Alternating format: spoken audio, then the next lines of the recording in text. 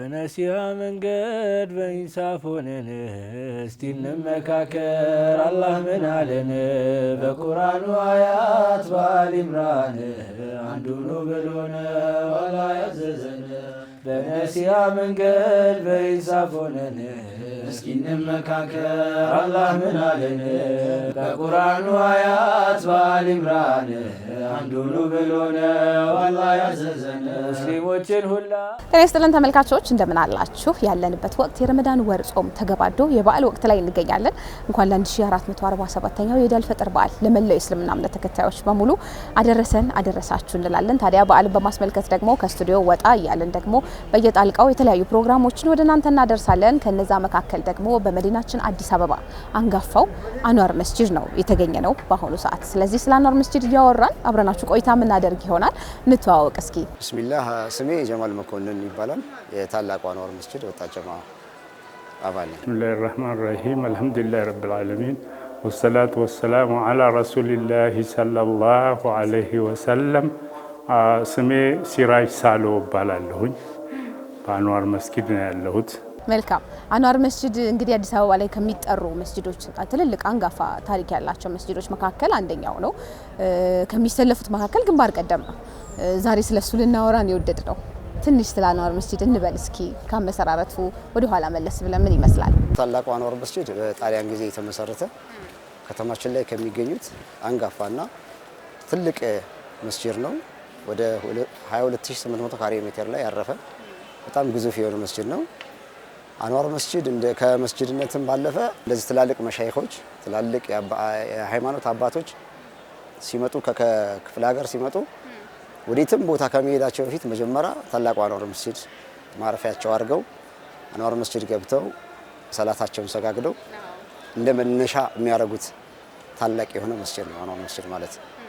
እንዲሁም ደግሞ በመዲናችን አዲስ አበባ ወይም ደግሞ የአፍሪካ መቀመጫ መዲና የሆነችው አዲስ አበባ ላይ እንደመገኘቱ እንደ ትልቅነቱ ብዙ መሻይኾችን እንደማፍራቱ አንዋር መስጂድ ካሉት አዲስ አበባ ላይ ካሉት መስጊዶች ለየት ያደርገዋል። አንዋር መስጂድ ያላፈራው ሰው አለ ለማለት ያው ይከብዳል። እነ ሀጂ መሐመድ ሳኒ ሀቢብ የመሰሉ እነ ሀጂ መሐመድ ራፊ የመሰሉ የታላቅ የሐዲስ ሊቅ ናቸው። እነ አብዱራህማን ሱደይስን ሁሉ ያቀሩ ከኢትዮጵያም አልፈው ወደ ውጭ ሄደው ሌሎች ሰዎችንም ያነጹ እና ብዙ ለቁጥር የሚታክት የሆነ መሻይኽ ያለበት እንዲሁም እዚሁ አካባቢ ሰው በሃይማኖት ታንጾ እንዲያድግ ትልቅ አስተዋጽኦ ያደረገና በጣም ትልቅ የሆነ መስጂድ ነው። አንዋር መስጂድ በረመዳን ወቅት ለሙስሊሙ አይደለም ክርስቲያኑ ማህበረሰብ ራሱ መቼ ነው ረመዳን እያለ በጣም በጉጉት የሚጠብቀውና እንዳልሽው የተለያዩ ሰዎች ከባለ ሀብት ከልጅ ከችግርተኛ ከበሽተኛ በጣም ብዙ ነገር መልቲ ሲስተም ነው። አንዋር መስጂድ ማለት መልቲ ሲስተም ነው። ማንኛውንም ማህበረሰብ እያስተናገደ ያለ ገቢዎቹንም እስላም ክርስቲያን ሳይል እንደምታየው ነው። ሁሉንም ሰው በእኩልነት እያስተናገደ ከሽንት ቤትም አንገል ውሃ የሚፈልገው ሰው ሲኖር እዚህ አካባቢ እንኳን ሌላ እንደው ከእምነቱ ውጪ እንኳን ያለ ሰው እንኳን ሽንት ቤት የመጠቀም እንኳን አጋጣሚዎች ቢፈልግ ያው እንግዲህ መገልገያው አንዋር መስጂድ ነው። አዎ አንዋር መስጂድ በጣም ብዙሃኑን አቅፎ የያዘ ነው። ድሮ አንዋር መስጂድ ከሁሉም ቀደምት መስጂድ ነው። እንግዲህ ይባላል አሁን ወደ 80 ዓመት ገደማ ሊሆነው ይመስለኛል። ከዛ ወዲኛ በደረስንበት ጊዜ አንዋር መስጂድ ከዚህ የተለየ ነገር ብዙ የለው። እርግጥ በጣም ሰው በስቷል፣ ጀማዓው ብዙ ይሆናል። ተራዊህ እንዳለ ነው፣ የኢፍጣሩን ፕሮግራም እንዳለ ነው። ግን አንዋር መስጂድ ብዙ ችግሮችንም ሆነ ብዙዎች ነገር መከራዎችን ያሳለፈ ነው። አንዋር መስጂድ ሲሰራም ጀምሮ ከተሰራም በኋላ ያለው ከተሰራ በኋላም ደግሞ ያው እንግዲህ ድሮ ዒድ እንኳን ኢፍጣር ለማክበር የህዝብ በዓላት ሆኖ ተከብሮ አያውቅም። ከ1966 ዓመተ ምህረት ያው በቀረበ የህዝብም ሰላማዊ ሰልፍ ተነስቶ እንደ ዒድ መከበር ጀመረ። ዒድም ሞሊድም አረፋም ማክበር ተጀመረ። ከዛ በፊት ግን ረመዳንም ምንም በሙስሊሙ ዘንድ ነው እንጂ በሀገር አቀፍ ደረጃ እየተከበረ አልነበረም።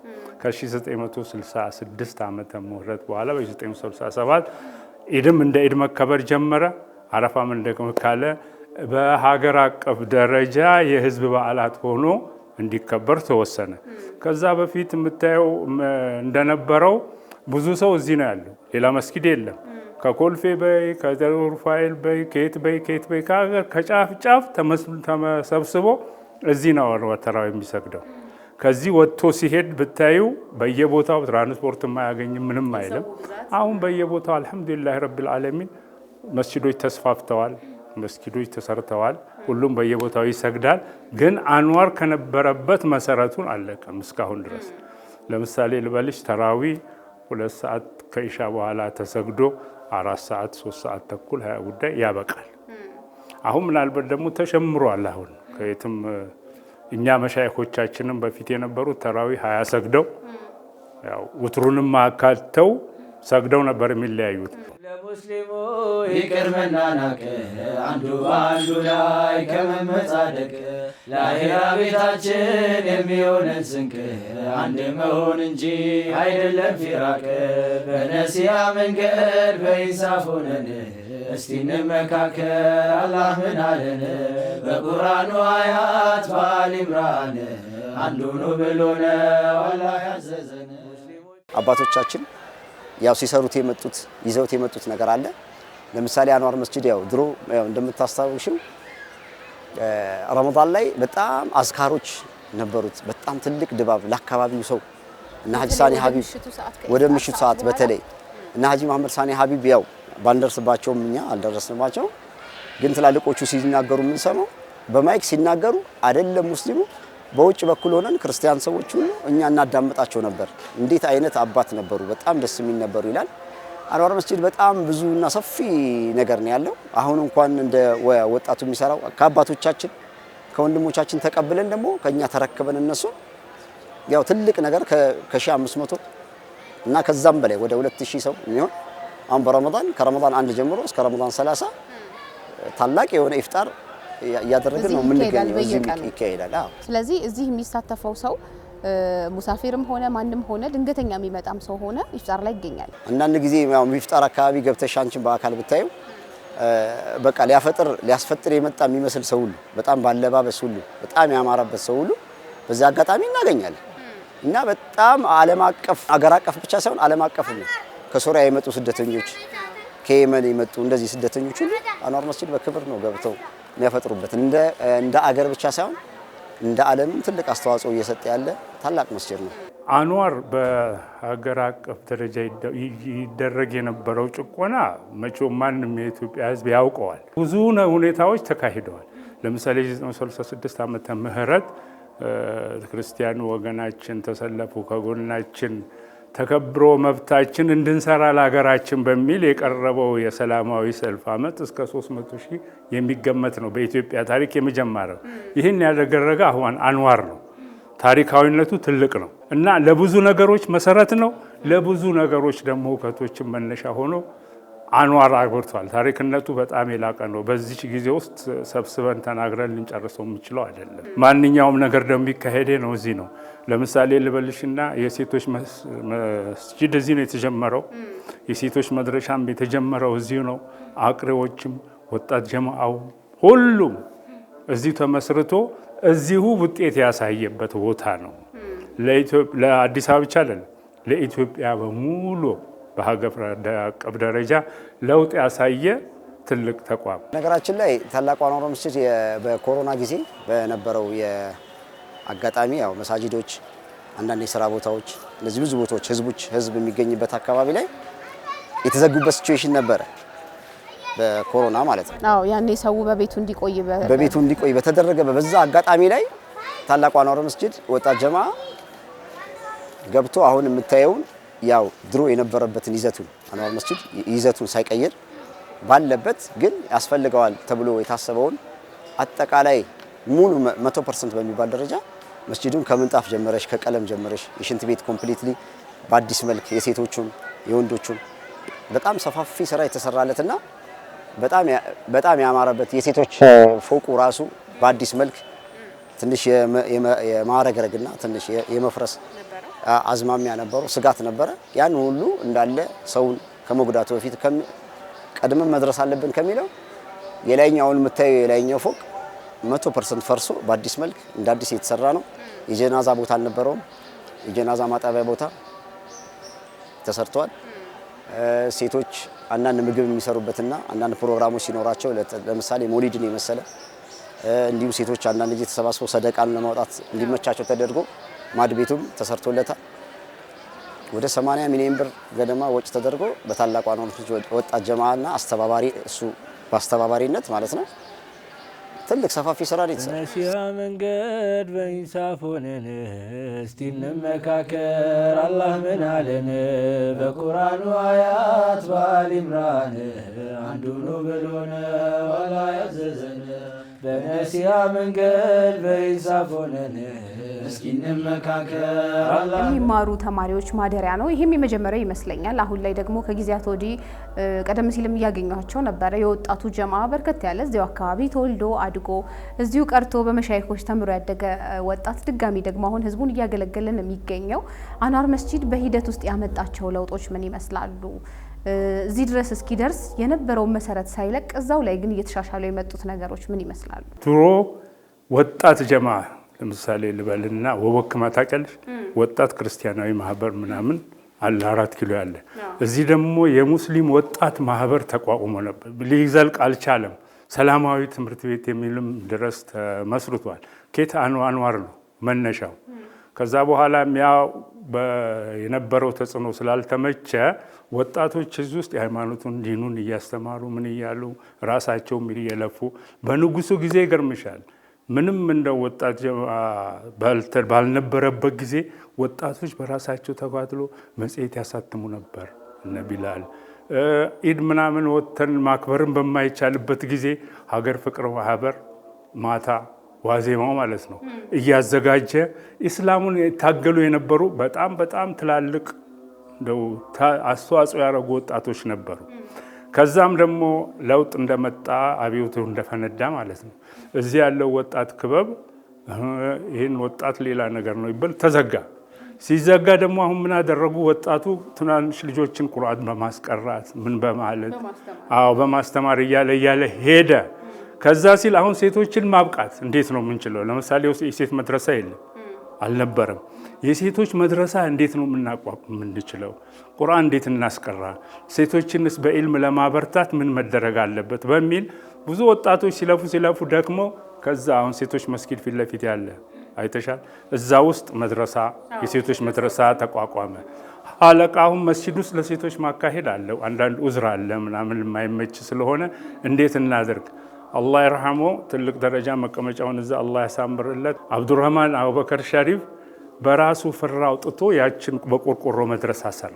እዛች ቦታ ላይ የሴቶች መግቢያ ያለችው ቆርቆሮ ነበርሽ እንደ መጋዘን አድርጎ እዛ ውስጥ ሴቶች ሲቀሩ ፍቂ ቁርአን ሐዲስ እየቀሩ እያለ ደግሞ ያም አልበቃ ብሎ ትልቅ ደረጃ ሲደርስ በሆነ ዝግጅት ላይ ህዝቡ እንደ ተቀስቅሶ ህዝቡ ከኪሱ አዋጥቶ በፊትም ይገርምሻል እናቶች ከመቀነታቸው ፈተው ነበር ጠመኔ እየገዙ የሚማሩበት። ይህን የሚያደርገው ማን ነው? ወጣቱ ጀማዓ ነው። ገብቶሻል? ይህንን ሲያደርጉ ህዝቡ ከኪሱ አዋጥቶ ያችን በብሎኬት እንዲሰራ ተደረገ። የማልፋት ነው የወጣቶቹ ልፋት ነው። ከዛም በኋላ ብዙም ተደርጎ እንደውም በትልቅ ደረጃ እንስራው ብሎ ነበር አቡበከር ሸሪፍ አለል ኸይር መጥቶ ማለት ነው። እና ያንንም እኛው ራሳችን ነበርና አንዳንድ ቦታ ላይ የለም ይሄ ለመድረሳ ለወጣቶቹ ሀለቃ ለማካሄድ ምናምን አይመችም 3-4 ፎቅ አድርገን እንስራው ብሎ ነበር። ከዛች የተነሳ አህለል ኸይር መጥቶ ማለት ነው። ከዛ በኋላ አይ እኛ ሀለቃውን ያሉ በዛን ጊዜ የነበሩ ልጆች አሉ አሁንም ድረስ አሉ ይቆጫቸውም የሚጸጽታቸውም በፎቅ ባሰራ ነው የሚሉ ነበሩ። አይሆንም ለሀለቃው የምናካሄድበት ይቋረጥብናል ፎቁ ሲገነባ ድረስ ተብሎ አይሆንም ማለት በህዝብ ቦታው አጣት ያቺን ፎቅ ተሰራች። ከዛም በኋላ የአላህ ነገር አጃኢብ ነው። እዛ ጋር ያለው በዛ መጣበት ያበር ተሰራ። ለዚህኛው መሰረት ያን የተደረገ ነው። የዛሬ 40 ዓመት 45 ዓመት ገደማ ረጅም ጊዜ ነው ማለት ነው። ይሄም መሰረት ሆኗል። የነዛ የወጣቶቹ ተሳትፎ ያን የደረገው አላህ Subhanahu Wa Ta'ala ህክማው ይህንንም ለመመስረት አበቃ። መሰረት ሆነ። ይሄው በፎቅ ተሰርቷል። የዛንያ ይሄው ልሽ አሁን ዛሬ ለተህፊዝ ቁርአን መማሪያ ይሄ ተሰርቷል። ቀጥሎ ደግሞ በቀጣይ ኢንሻአላህ ኮሌጅና ዩኒቨርሲቲ የሚደርስበትን አህዋል አላህ ያምጣው። አሚን ያምጣው። እነዚህ ስራዎች ያው ወጣቱ ጀማ ያመጣቸው እንቅስቃሴዎች ውጤት ናቸው። ስለ ወጣቱ ጀማ ትንሽ በለን። ስብስቡ እንዴት ነበር ሲጀመር ምን ይመስል ነበር የሚለውን እስኪ። ያው ወጣቱ ጀማ አብዛኛው 100% በሚባል ደረጃ እዚሁ አካባቢ ተወልዶ ያደገ አንዋር ያሳደገው ኮትኩቶ ያሳደገው አንዋር መስጂድ ዙሪያ ያለ ወጣት ከልጅነት ጀምሮ አንዋር ኮትኩቶ ያሳደገው አባቱ ነው። እዚሁ ባሉ መሻይኾች ሲቀራ ያደገ በእነሱ ተርቢያ ያደገ ጀማ ነው። ያው ከደረሰ በኋላ ደግሞ መስጊዱ ተጎርቶ አንዳንድ ነገሮችን በገጠመው ሰዓት ደግሞ አለውልህ ብሎ ትልቅ ስራ፣ በጣም ሰፊ ስራ፣ በጣም አስደማሚ ስራ የሰራ ጀማ ነው። በእውቀትም በገንዘብ በፋይናንስም በጉልበትም በሁሉም ነው ያለው። ምን ያህል አባል አለ? ወደ 400 አካባቢ የሚሆን አባላቶች አሉ። ስለዚህ ስራው እንዴት ነው የሚሆነው? በፈረቃ ተከፋፍሎ ነው ወጣቱ የሚገኘው? በምን አይነት የስራ ዘርፍ ላይ ነው የምትሰማሩት? አሁን ለምሳሌ ረመዳን ሊገባ ሲል የጽዳት ፕሮግራሞች ለምሳሌ ይኖራሉ አይደል? የጽዳት ፕሮግራም በሚኖረው ሰዓት ያ ሁሉም ተነቃንቆ ከያለበት እንዲመጣ ይደረጋል። አሁን በኋላ ላይ ገብተሽ ታያለሽ እንጀራ የማዘጋጀት ወጥ የመስራት መርካቶ ሄዶ ዘይት የማምጣት ዱቄት የመሳሰሉትና የጉልበቱን ስራ ሁሉንም ነገር ተከፋፍሎ ይሰራል። ስለዚህ ሁሉም የስራ ድርሻ ይኖረዋል ማለት ነው እንደየ ስራው። በነሲሃ መንገድ በኢንሳፍ ሆነን እስቲ እንመካከር አላህ ምን አለን? በቁርአኑ አያት በአሊ ኢምራን አንዱ ነው ብሎን ዋላ ያዘዘን። በነሲሃ መንገድ በኢንሳፍ ሆነን እስቲ እንመካከር አላህ ምን አለን? የኢፍጣር ስነ ስርዓቶችንም እያየን ነበረ። አንዋር መስጂድ ረመዳን 1 ብሎ እስከ መጨረሻው ቀን ድረስ የጾም ወቅቱን ብቻ ሳይሆን የጾም ወቅት ካለፈ በኋላ ደግሞ በዓልን ሁሉም ቤቱ ሲያከብር ደግሞ እዚህ መስጂድ ሙሳፊር የሆኑ ከተለያየ ሩቅ ሀገር የመጡ ሰዎች ደግሞ ኢድን ብቻቸውን ይውላሉ በሚል እሳቤም ይኸው የወጣቱ ጀማ ደግሞ የበዓልም ቀን እያባሸሩ እያጫወቱ በዓልን ደመቅ ለማድረግ እንግዲህ በጣም ቁርጠኛ ወጣት ነው ብዙ ያየ ነው። እዚህ የበጎ አድራጎቱ ስራ እንቅስቃሴው መተጋገዙ ምን ይመስላል ማለት እንችላለን? አላህ መቼውም ይኸልቃል። እኛ አሁን ለሰበቡ ያህል ነው እንቅስቃሴ የምንለው እንጂ አህለል ኸይር ለገላ አኺራ ይሆነኛል ስንቅ ይሆነኛል የሚል አህለል ኸይር ብዙ አለ። ያንን ማስተባበር ያን አስተባብሮ ደግሞ ያው ራሱን ፈልጎ መጥቶ የሚረግድ ውስጡ አህለል ኸይር አለ። እዚህ ደግሞ ጥረቱን አድርጎ ደግሞ ለአላህ ብሎ ደግሞ የሚለፋ አለ። ይሄን ሁሉም አላህ አካቶልን ለሚቀጥለው ለወደፊቱም አሁንም ላለውን ኸይር ሰሪውን አላህ ያብዛልን። አህለል ኸይሮቹንም እንዳለው ሀያታቸውን አርዝሞ ኸይር ሊሰሩበትን የሚችል አቅርፈት ሰጥሮ አላህ ያበርታን ብለን ነው የምንለው። ይሄን እንሰራለው ኢነመል አዕማሉ ቢንኒያ ነው። ንያው አለ አላህ ደግሞ ሁሉንም ነገር ያስተካክልልን ብለን ማለት ነው። ትልቅ ተቋም ነው። ብዙም መከራ ደርሶበታል። ለምሳሌ መጀመሪያ ሲቋቋም አንዋር መስጊድ በአገር ግዛት ሚኒስቴር ውስጥ ነበረ የሚተዳደረው። ከዛ በኋላ ሌላው የመንግስት አለ አይደለም የሹምሽር በተደረገ ጊዜ ደግሞ ለማይመጣው ሚኒስቴር ከዛ አውጥቶ ወደ ሀገር ፍቅር አባሮታል። ኢስላም ደግሞ በሚኒስቴር ደረጃ እንዴት እዛ ይገባል በሚል በጥላቻ ማለት ነው አውጥቶ እዛ አድርጎታል። እዛ ቀድሞ የነበሩት መሻይኾቻችን አላህ እዛ መቀመጫቸውን አላህ ያሳምርላቸው። መቀመጫቸውን አላ ኢልይን አላህ ያድርገው እና እነዛ ለፍተው አንዋር መስጊድን የለም ትልቅ ደረጃ እናደርሰዋለን በሚል ከዛ አውጥተው ብዙ ትግል አድርገው እንጃ እንግዲህ ጥናት ይቀጥላል። ጥናት ይኖረው አለው። እዛ ምን አደረጉ? በሸሪዓ ፍርድ ቤት አንዋርን ሊመራ የሚችል ወደፊት የሚመራው ብለው ህግ አውጥተው በሸሪዓ ፍርድ ቤት አጽድቀው አቋቁመውለት ይሄው እዚህ ደረጃ ደርሷል። አሁን የተመሰረተውም ኮሚቴ አለ። ይሄው ደግሞ ታግለው ደክመው እዚህ አንዋር መስጊድ መጅሊስ አልዓላ አቋቁመው እዚህ አድርሰዋል። መጅሊሱም ደግሞ ይሄ ታሪካዊነቱን ያውቃል፣ በዚህ የደረሰው መሆኑን ያውቃል። እነሱም ለፍተው ደክመው አንዋርን ትልቅ ደረጃ ለማድረስ ብሎም አለ አይደለም እንደ አልአዛር ዩኒቨርሲቲ ደረጃ እንኳን ለማድረስ ሁሉም የበኩሉን ቢጥር ጥሩ ነው እላለሁ። የተደከመበት አንዋር እንጃ የድሮቹ መሻይኾች ለፉት የደከሙት አጅራቸውም እንዳቸውን አላህ ይክፈለው። ለኛ ደግሞ አስተላልፈዋልና ይሄ ትውልድ ደግሞ ይሄንን አንዋርን ትልቅ ደረጃ አድርሶ ሀገር አይደለም ለዓለም አቀፍ የሚበቃ ትልቅ ተቋም እንዲያደርጉት አላህ ይርዳን ይርዳቸው ነው የምለው። ረመዳን ኸይር ነው። ኸይሩ ተሰፍሮ ተቆጥሮ አይዘለቅም። ስለዚህ ረመዳን ይዘዋል ኸይር የመጣውን አላህ እንዲወፍቀን ሁላችንም ዱዓ እናድርግ። ተውፊቁ የአላህ ነው። አላህ ይወፍቀን። ምናልባት አሁን የወጣቱ ጀማ እየተንቀሳቀሰበት ያለ እንደ ጎል ያስቀመጠው አላማ ብሎ ያዘው አንዋር መስጂድ ላይ ማድረግ የሚፈልጋቸው ነገሮች ምንድን ናቸው? በዋነኛነት መሳጅዶች ያው አላህን የምትገዥበት ቦታ ነው። ስለዚህ ምእመናን ሲመጡ ከሽንት ቤት ጀምሮ ከጽዳት ጀምሮ ሽንት ቤት ማመቻቸት፣ ውሃ ማመቻቸት፣ የተሻለ ምንጣፍ ላይ እንዲሰግድ ማስደረግ፣ ከዛ በኋላ በተረጋጋና በሰከነ መንፈስ ተቀምጦ ሃይማኖታዊውን ትምህርት እንዲወስድ ማድረግ ትልቁ ዓላማው ይሄ ነው። ግንብ ላይ ብዙ ነገር ያው ሰርተን ነበረ። ከዛ የግንቡን ደግሞ ሰርት ጨርሰን አሁን ከግንቡ ወደ ልቡ ተሸጋግረን እንገኛለን። ልብ ላይ እየሰራን ያለ ነው። ከዚህ በፊት እንደዚህ መጅሊስ ከመቋቋሙና የራሱ ቦታ ከመኖሩ በፊት አንዋር መጅሊስ አዲስ አበባውም ፌዴራሉ እዚሁ ነበረ። ቢሮ ተሰጥቶት መነሻ የነበረው እዚሁ አንዋር መስጂድ ነበር።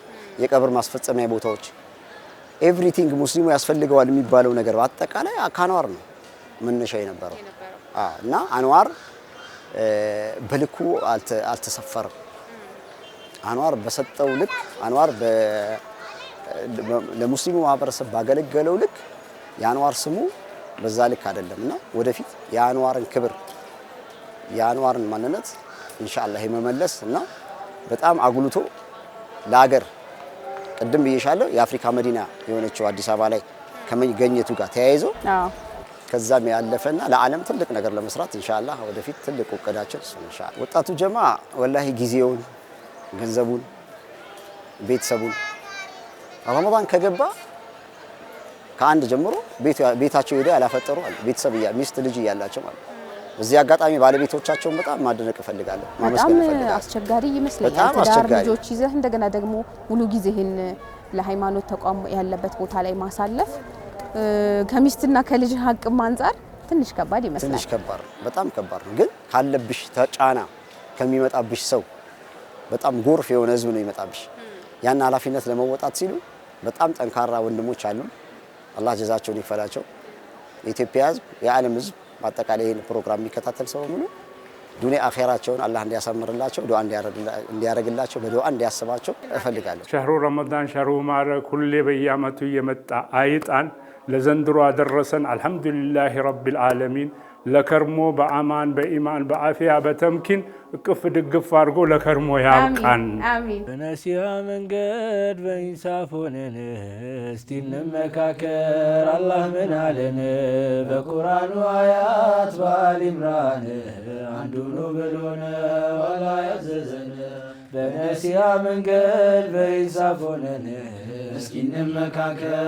አላህ ምን አለን በቁርአኑ አያት በአሊ ኢምራን